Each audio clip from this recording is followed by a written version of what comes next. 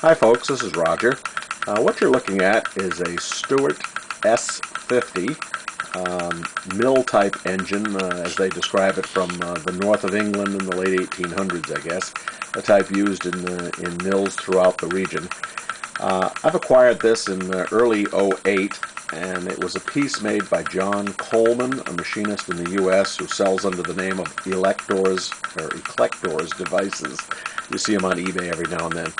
John made this himself, and I'm going to rotate it around a little bit here. I've got it running on air at a fairly low speed right now, but it's equipped with a lubricator, and it's got a gate valve to control the air going, air or steam going in, and it's got a drain cock on the cylinder, and it's got a nifty governor, which actually works. You speed it up, and the balls rise and swing out to the sides and close off steam or air to the engine.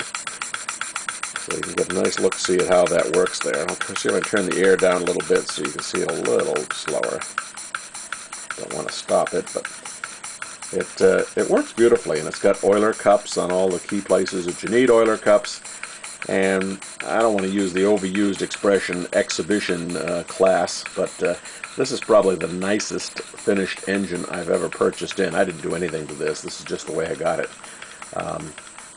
John does beautiful work. Let me speed this thing up a little bit, because everybody wants to see what they look like when they speed up. And you watch that governor, and you can see it. The balls start to lift. It's shaking a little because I've got it on a turntable here, and the turntable's not too stable. So you notice the little balls turn out to the sides. Right now it's actually set and adjusted to control maximum RPMs. And this is certainly not what I'd call scale. I don't think they ever ran these engines at this kind of speed.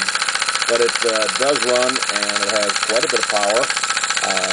I'm anxious to put a pulley on this. It doesn't have an external pulley, but I'm going to put one on there. And see if I can power one of my generators with it.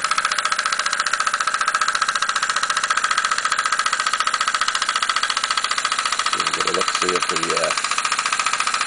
at this end. So I'll slow it down a little bit more now.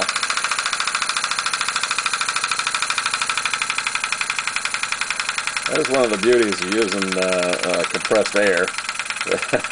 I'm powering this with a compressor that's a 1926 dental compressor, running right under my bench, and yet it's quite quiet, and it does a beautiful job of powering this sort of thing without the mess of steam. But I do want to power this one on steam because it's all brass components where it counts, and I have no concern about steaming it. Anyways, there you go.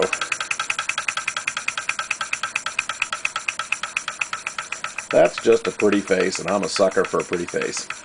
So that's the Stuart S-50 as built by John Coleman, a machinist in the U.S. John, thank you for a beautiful piece of work. Take care.